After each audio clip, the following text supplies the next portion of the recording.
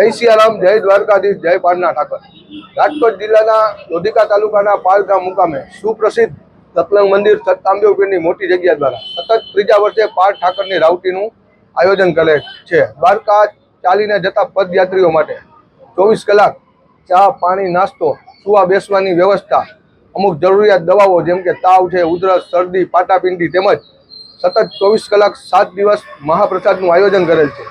આ સેવાકીય યજ્ઞને સફળ બનાવવા માટે 350 થી 400 કાર્યકરો સતત 24 કલાક 7 દિવસ અતિ ભારે જહેમત ઉઠાવી રહ્યા છે। તેમજ આ સેવાકીય યજ્ઞમાં અંદાજિત 1 લાખ થી 1.25 લાખ માણસો મહાપ્રસાદનો લાભ લેશે એવું અમારું અનુમાન છે।